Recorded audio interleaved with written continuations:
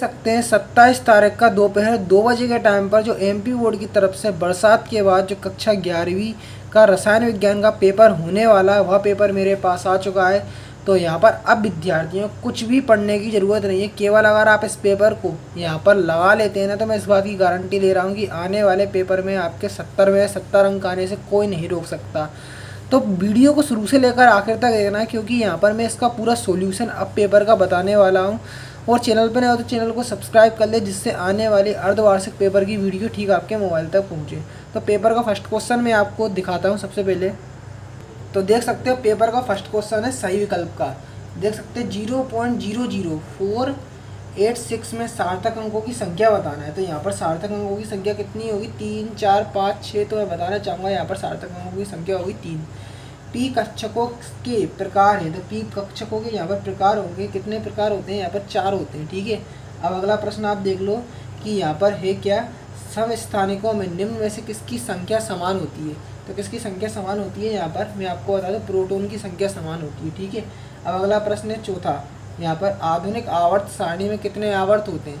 तो यहाँ पर कितने आवर्त होते हैं? आपके 7 आवर्त होते हैं। ठीक है, अब हेलोजन किस वर्ग के तत्व में आता है? तो हेलोजन किस वर्ग के अंतर्गत आता है? समूह 17 के तत्वों को अपन हेलोजन कहते हैं और 16 के तत्वों को केल्कोजन कहते हैं। ठीक है, आगे की प्रश्नों की अगर बात करें तो मैं आपको एक बार बता दूं कि आगे का प्रश्न है पी सिंगल बॉन्ड बी समाक्ष अतिव्यापन में व्यापन से कौन सा बंध का निर्माण होता है? तो ऑप्शन है यहाँ पर आप देख सकते हैं आयनिक, सिग्मा, लघु संयोजी या पाई। तो यहाँ पर इसका आंसर हो जाएगा पाई अपना हो जाएगा। क्या हो जाएगा? पाई अपना हो जाएगा। अब ये आपका अगला क्वेश्चन देख लो, रिक्त स्थान आपको देखने को मिलेगा। तो 1 माइक्रोमीटर किसके बराबर होता है? तो किसके बराबर होता है मैं बता दूँ, 1 माइक्रो जो 1 mm मीटर है जो अपना, मैं आपको बता दूँ 0.001 इसका आंसर अपना होगा। 0.001 अपना होगा, 0.001। ठीक है, अब अगला प्रश्न है आपका कि 10 की पावर -6 गुणक को किस नाम से जाना जाता है? तो माइक्रो गुणक कहते हैं इसको। क्या क्या कहते हैं? माइक्रो गुणक कहते हैं। माइक्रो गुणक के नाम से जाना जाता है। परमाणु द्रव्यमान को किस संकेत द्वारा दर्शाते हैं? तो जो परमाणु द्रव्यमान को यू से दर्शाते हैं और ब्रैकेट में ए के द्वारा भी दर्शाते हैं। ठीक है, यू या ब्रैकेट में ए के द्वारा दर्शाते हैं। अब ब्रोमीन खालिस्तान वर्ग में स्थित है। तो ब्रोमीन किस वर्ग में आता है? मैं आपको बता दूँ समूह जो अपने 17 होते हैं ना, समूह 17, ब्रोमीन, क्लोरीन, ब्रोमीन, आयोडीन। ठीक है, जिन्हें अपन क्या बोलते हैं? हेलोजन तत्व कहते हैं। ठीक है, वो समूह 17 के अंतर्गत आते हैं। ठीक है, अब O2 अणु में खालिस्तान आवंत होता है। तो कौन सा आवंत होता है? तो मैं आपको बता दूँ यहाँ पर सहसंयोजी होता है। द्विसहसंयोजक यहाँ पर आवंत पाया जाता है। ठीक है, अब sp संकरण की ज्यामिति कैसी होती है? तो मैं बता दूँ आपको sp संकरण की ज्यामिति होती है वह रेखीय होती है। कैसी होती है? रेखीय। ठीक है, अब यहाँ पर आगे के मैं प्रश्न आपको पढ़ के बता रहा हूँ, इसके आंसर बताता हूँ। डोल्टन के परमाणुवाद के अनुसार, ठीक है, डोल्टन के, ठीक है देख लो आप इसका, डोल्टन के परमाणुवाद के अनुसार परमाणु एक अविभाज्य कण है। तो ये कथन सत्य क्या अपना असत्य हो जाएगा? तो यहाँ पर मैं इसका आंसर बताऊँ, ये जो कथन है ना अपना, ये सत्य हो जाएगा। क्या हो जाएगा? सत्य अपना हो जाएगा। यह कथन क्या हो जाएगा? सत्य हो जाएगा। ठीक है, अगला प्रश्न है चक्रण क्वांटम संख्या। देख सकते हैं ±1/2 होता है। तो ये भी कथन अपना क्या हो जाएगा? सत्य हो जाएगा। ठीक है, सत्य। ठीक है, सत्य हो जाएगा। अब अगला प्रश्न देख लो, लिथियम सर्वाधिक विद्युत ऋणी तत्व है। तो ये लिथियम है ना, ये कथन अपना असत्य हो जाएगा। क्या हो जाएगा? असत्य। ठीक है, असत्य हो जाएगा। अब आगे के प्रश्नों की बात कर ले। देख लो, कार्बन की संयोजकता 5 होती है। तो एक कार्बन की संयोजकता 5 होती है, कथन असत्य हो जाएगा। ठीक है, अब CH4 अणु की ज्यामिति रेखीय होती है। तो ये गलत अपना कथन हो जाएगा। ठीक है, अब यहाँ पर द्रव्यमान संरक्षण का नियम JV रिचर्ड ने प्रतिपादित किया। तो ये कथन क्या हो जाएगा? अपना गलत हो जाएगा। क्या हो जाएगा? गलत हो जाएगा। देख सकते हो आगे चल के मैचिंग देखने को मिलेगी। तो यहाँ पर H2O की मैचिंग में आपको बता किससे मिलेगी? तो H2O क्या है? अणु है। तो ये अणु से मिल जाएगी। ठीक है, अब O2 क्या है? मैं आपको बता दूँ O2। तो यहाँ पर O2 की जो मैचिंग होगी वो किससे मिलेगी? यहाँ पर O2 की मैचिंग आपको बता दूँ यहाँ पर मिलेगी 2 आबंध में। O2 में 2 आबंध होते हैं, Na+। अब Na+ क्या हो गया जी? अपना आयन होता है। ठीक है, अब ये H हाइड्रोजन, जी H है ना आपका, H किससे मिल जाएगी? हाइड्रोजन क्या है? परमाणु है, परमाणु से मिल जाएगी। ठीक है, अब N2 क्या है? यहाँ पे N2 में 3 अणु पाए जाते हैं, त्रिबंध से इसकी मैचिंग मिल जाएगी। ठीक है, ये आपका सही क्रम होगा। अब आगे के प्रश्न में आपको बताता हूँ इसके उत्तर कि मोलरता की परिभाषा बताना है। तो मोलरता की परिभाषा में आपको दिखा दूँ क्या है कि 1 किलोग्राम विलायक में उपस्थित 1 किलोग्राम विलायक में उपस्थित विलेय के मोलों की संख्या को मोलरता कहते हैं। 1 kg विलायक में उपस्थित विलेय के मोलों की संख्या को क्या बोलते हैं अपन, यहाँ मोलरता बोलते हैं। अब देख लो आएगा अगला क्वेश्चन, उच्चतम तरंगदैर्घ्य द्वारा विकिरण का नाम। तो यहाँ पर क्या हो जाएगा, रेडियो तरंग।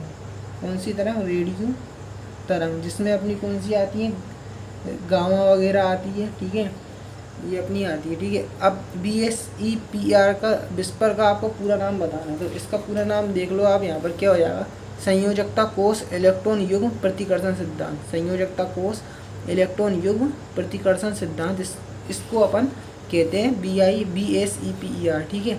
अब कार्बोक्सिलिक अम्ल के क्रियात्मक समूह को आपका रासायनिक सूत्र देना है। तो इसका रासायनिक सूत्र क्या हो जाएगा, RC ब्रैकेट में O, R-C ब्रैकेट में O, फिर OH अपना हो जाएगा, R-C ब्रैकेट में OH, ठीक है। सबसे हल्के तत्व का आपको नाम बताना है। तो क्या हो जाएगा, हाइड्रोजन।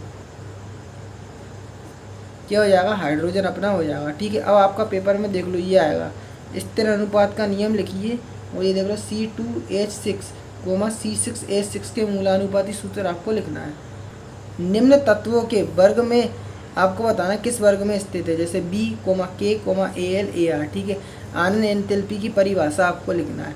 निम्नलिखित तत्वों के बढ़ते परमाणु त्रिज्या के आधार पर क्रमबद्ध करना है, ठीक है। ये देख लो LiClCl, ठीक है। एस ब्लॉक के तत्वों की आवर्त सारणी में स्थिति लिखिए व इनका सामान्य आपको इलेक्ट्रॉनिक, ठीक है, विन्यास आपको लिखना है। निम्नलिखित तत्वों के लुईस प्रतीक लिखना है आपको। ये देख सकते हो लुईस प्रतीक आपको किस किस के लिखना है, मैं आपको दिखा देता हूँ। यहाँ पे CNLiAr, ठीक है। एस व पी कक्षक की ज्यामिति व संरचना बताना है, ठीक है। अब O2 अणु के आवंत कोटि की गणना कीजिए, अथवा में देख सकते हो संकरण की परिभाषा लिखना है। निम्न में क्रियात्मक समूह की पहचान करके लिखना है। CH3OH, CH3O, CH3, C2H5NH2, CH3, COOH, ठीक है।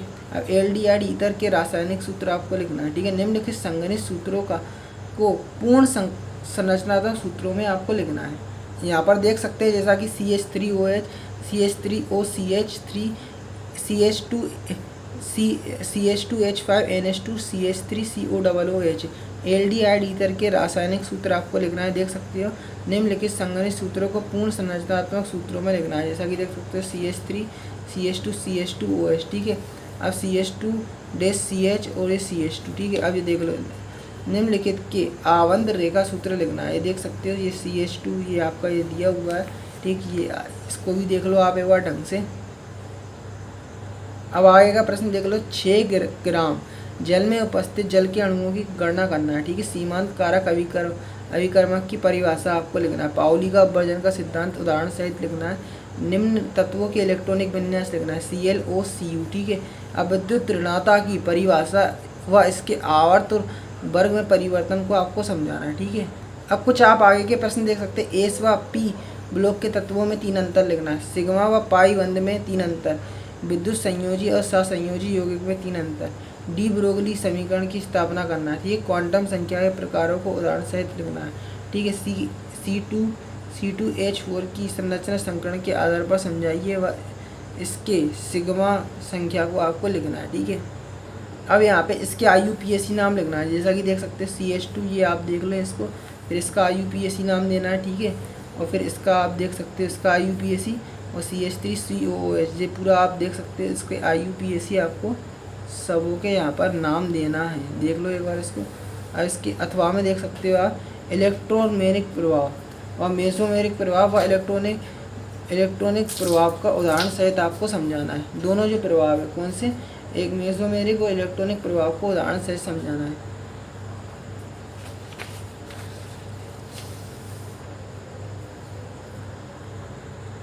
अब अगला प्रश्न मैं आपको दिखा देता हूँ, यहाँ पे पीछे मैंने प्रिंट करा था कि समवायवता को परिभाषित कीजिए व स्थान और क्रियात्मक समूह समवायवता को परिभाषित करना। अब यहाँ पर पीछे भी है, यहाँ पर कौन सा इलेक्ट्रॉन स्नेही और यहाँ पर इलेक्ट्रॉन रोगी अभिकर्मक को उदाहरण सहित यहाँ पर परिभाषित करना है। तो ये पूरा जो मैंने पेपर था यहाँ पर आप देख सकते हैं इस समावयवता को परिभाषित लिखा है, ठीक है। परिभाषित कीजिए। इस वह स्थान समावयवता क्रियात्मक समूह समावयवता को परिभाषित करना है। इलेक्ट्रॉन स्नेही और इलेक्ट्रॉन रागी अभिकर्मक का उदाहरण सहित आपको परिभाषित करना है, ठीक है।